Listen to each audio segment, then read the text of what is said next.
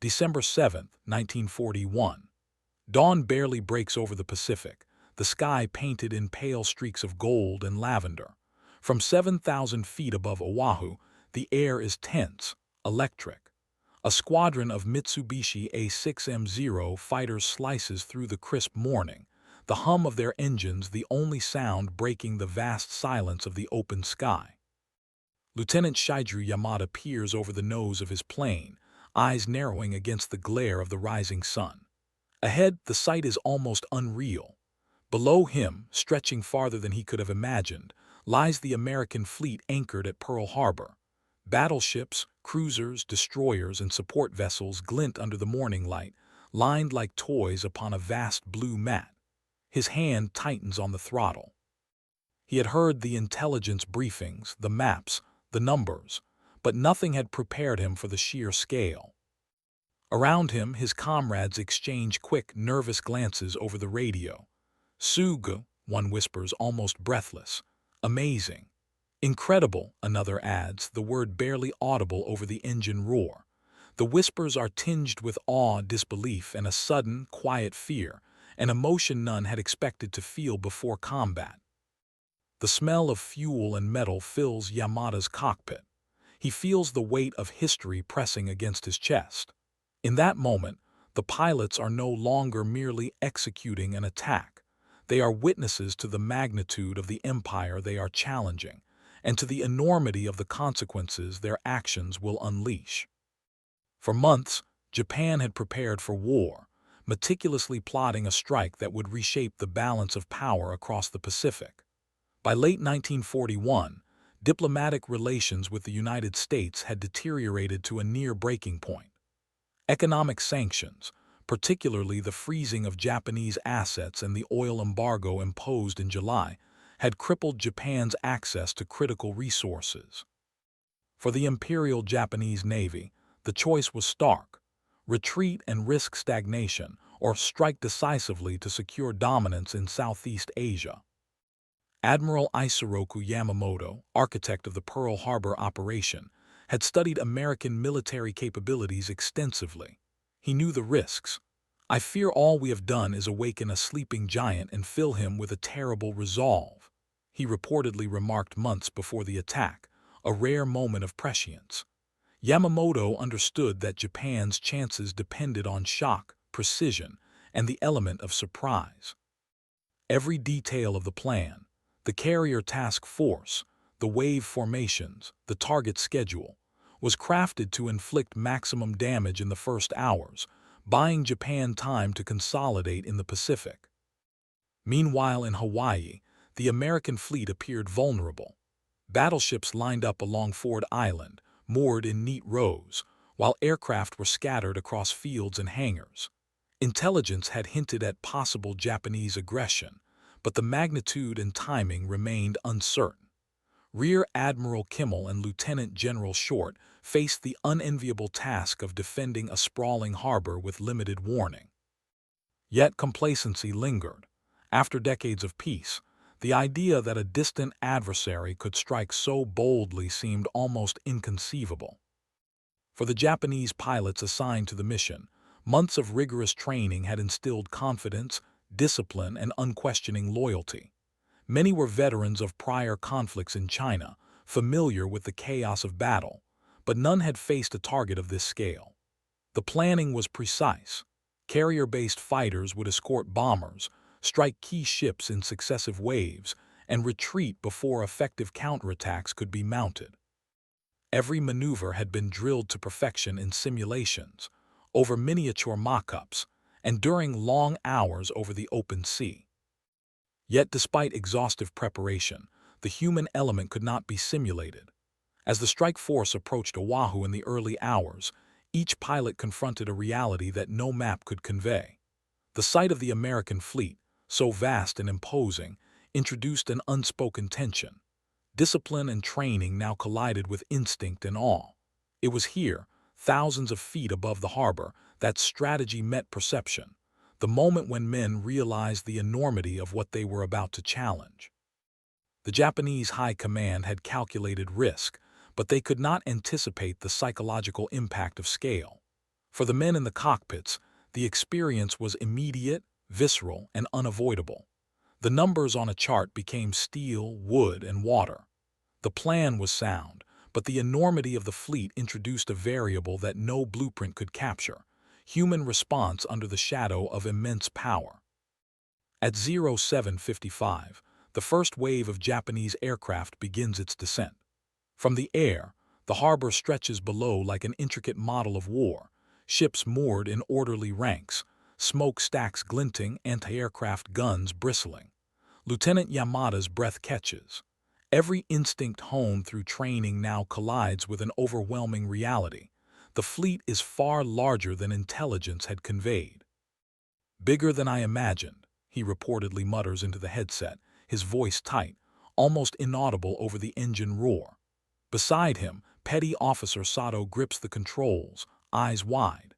The carriers, battleships, and destroyers appear endless, their sheer size dwarfing the tiny fighters above them. Some pilots instinctively lower their gaze, fearing that underestimating scale might betray hesitation mid-strike. Admiral Nagumo, orchestrating from the carrier Akagi, watches through his binoculars as formations tighten. He senses both opportunity and tension.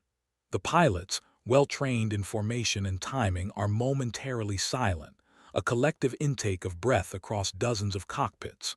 For a fleeting moment, the enormity of the target asserts its psychological power. One pilot, reportedly, pauses to adjust his line, whispering, "Is this even possible?" As the attack begins, the human reaction to scale manifests in microseconds. Slight hesitations, quick recalibrations, flashes of awe and expressions masked by helmets. Bombers release their payloads. Fighters dive to suppress anti-aircraft positions. The immense harbor, designed for defense, now becomes a stage for chaos and precision simultaneously. Every maneuver, every throttle adjustment, every wing tilt reflects both training and the natural instinct of men confronting overwhelming size. Yet amid the awe, a steely resolve emerges. Pilots exchange clipped communications, reaffirming targets and attack vectors. The initial shock whispers of disbelief and admiration transforms into ruthless efficiency. They are not spectators, they are instruments of a meticulously crafted plan.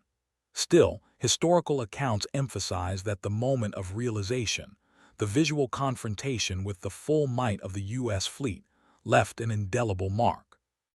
One officer later reflected that no briefing, no diagram, no simulation could have prepared him for the sight of the fleet spread below like an ocean of steel.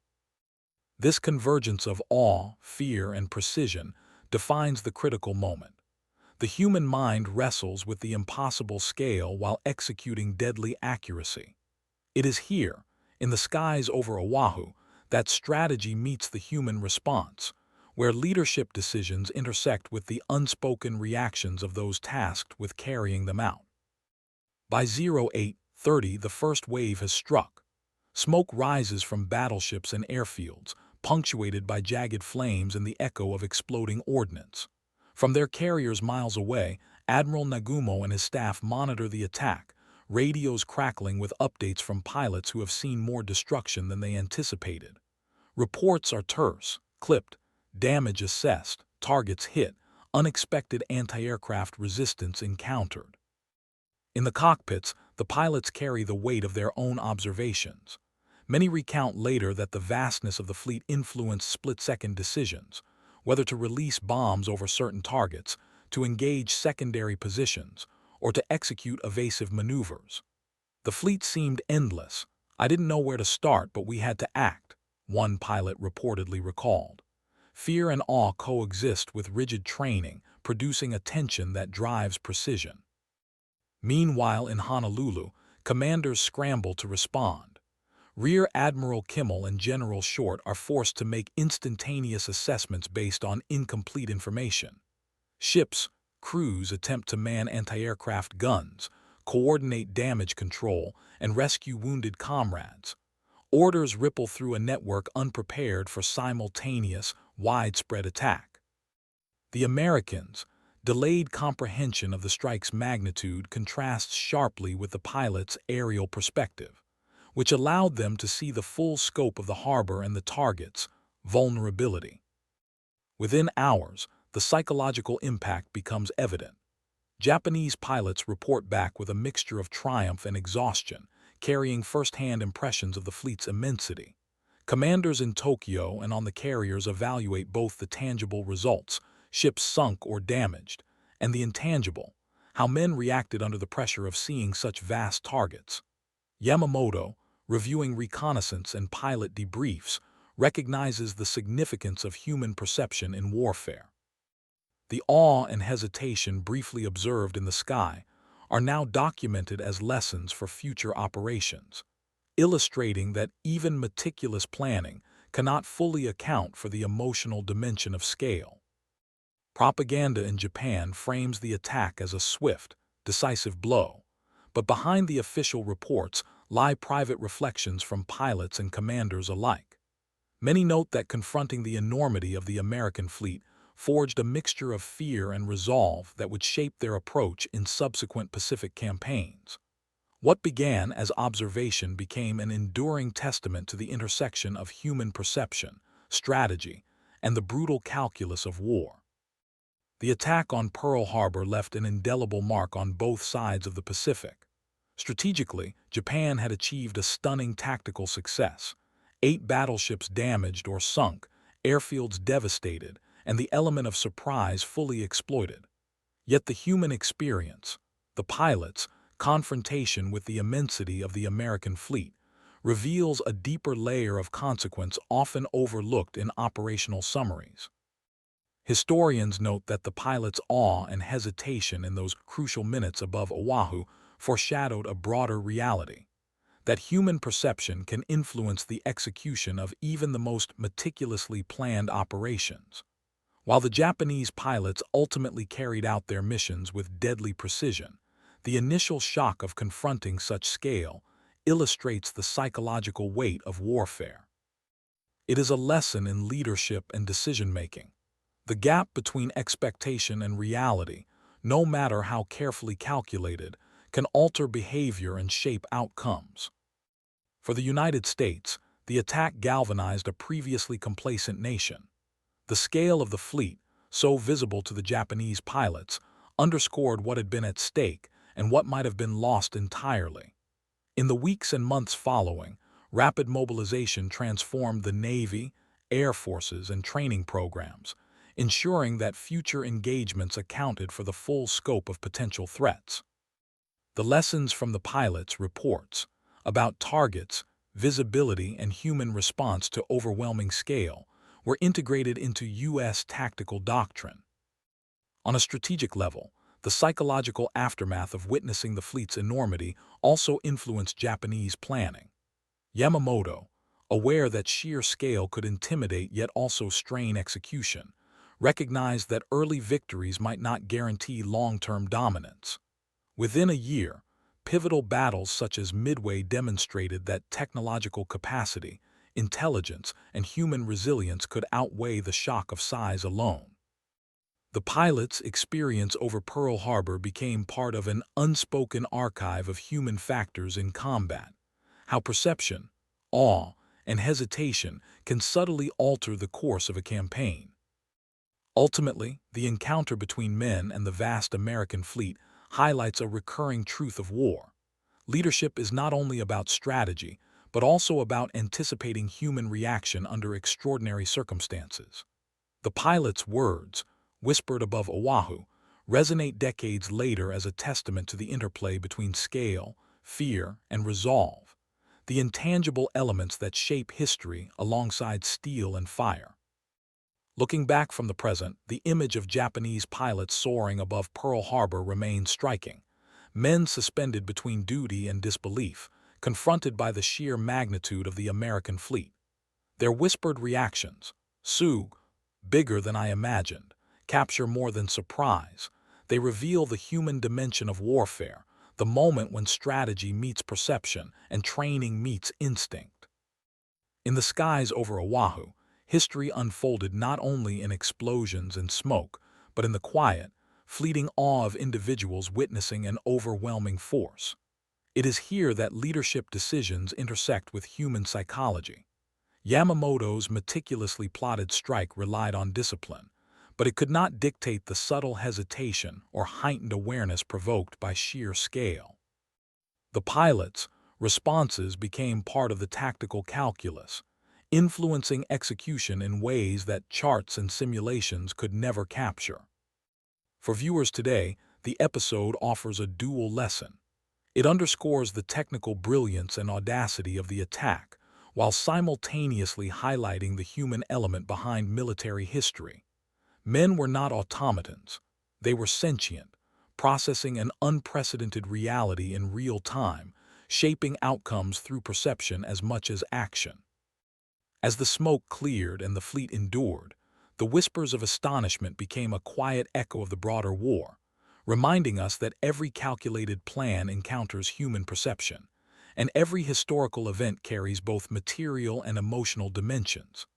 The pilot's words, small and immediate, have outlasted the roar of engines and the flash of bombs, preserving a human perspective on one of history's most iconic moments. In the end, the story of Pearl Harbor is not only about ships and strategy. It is about human eyes confronting history, and the profound, often unexpected ways that perception and scale shape the course of events.